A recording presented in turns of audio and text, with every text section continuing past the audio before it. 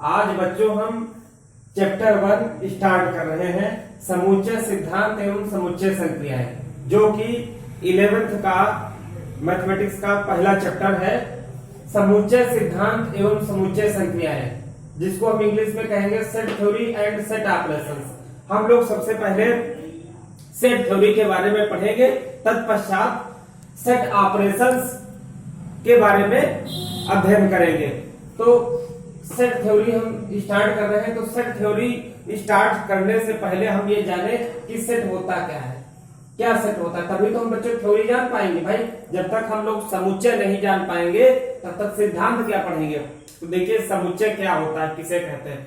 तो सबसे पहले जानिए कि समुच्चय शब्द का जो प्रतिपादन किसने किया था। तो समुच्चय शब्द का प्रतिपादन सर्वप्रथम जर्मन गणितज्ञ जॉर्ज कैंटर ने किया था।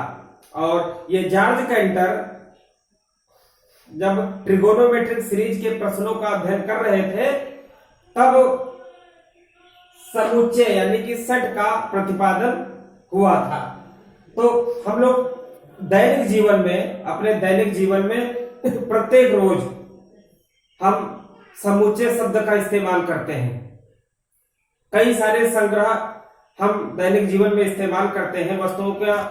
कई वस्तुओं का संग्रह हम इस्तेमाल करते हैं, वस्तुओं के संग्रह को इस्तेमाल करते हैं। उसमें आप लोग देखेंगे, जानेंगे कि वह संग्रह समुच्चय होता है। जैसे टी सेट लिखा है, तो जो हम लोग चाय पीते हैं तो चाय पीने किसमें पीते हैं, कप में पीते हैं। तो कपों का संग्रह जो होगा, कपों का संग्रह क्या समुच्चय होगा।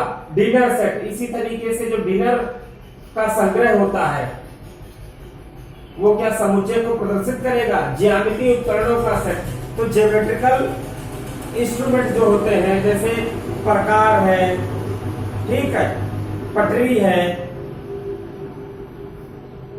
इसी तरीके से चांदा है, तो ये ज्यामितीय उपकरण है। तो इनका संग्रह क्या सेट होगा। फिर देखिए रंगों का सेट, तो जो रंगों का संग्रह जो हम लोग करते हैं, देखा होगा बच्चों के पास, छोटे छोटे बच्चों के पास कलर पेंसिल मौजूद होती हैं, डिब्बे में बंद होती हैं। तो डिब्बे के अंदर कलर पेंसिल का संग्रह होता है, क्या रंगों का वो संग्रह सेट होगा।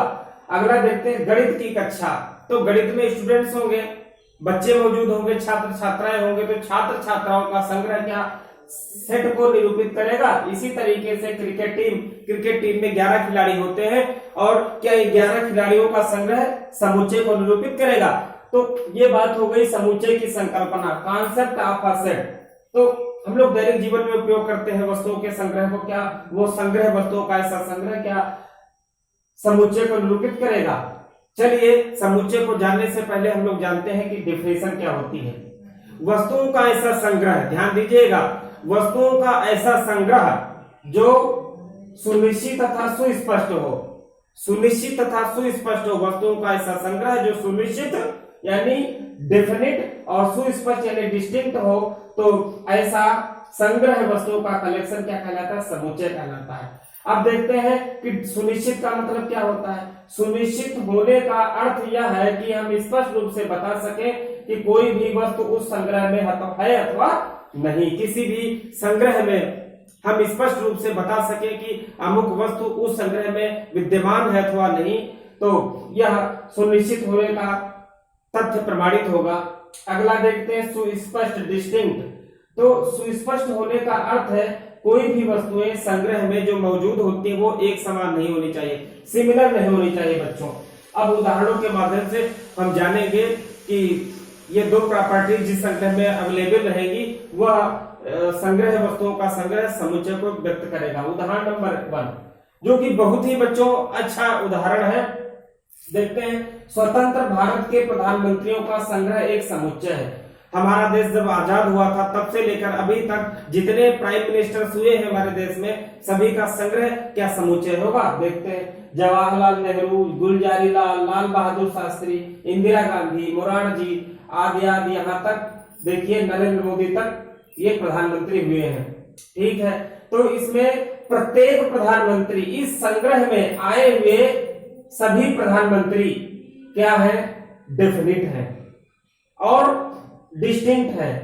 डेफिनेट क्यों है, क्योंकि हम प्रत्येक प्रधान संग्रह में आने वाले प्रत्येक प्रधानमंत्री के लिए हम स्पष्ट रूप से बता सकते हैं कि इस कलेक्शन में कौन से प्रधानमंत्री मौजूद है, कौन से प्रधानमंत्री मौजूद नहीं है।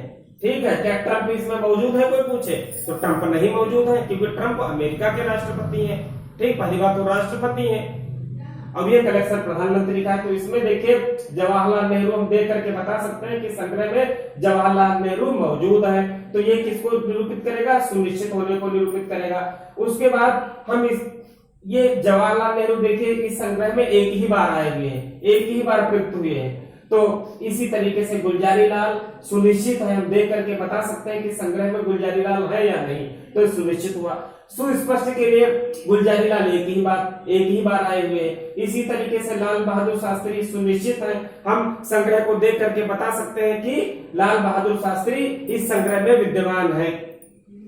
और सुस्पष्ट लाल बहादुर शास्त्री जी एक ही बार प्रयोग में लाइव कलेक्शन में लाल बहादुर शास्त्री जी एक ही बार है।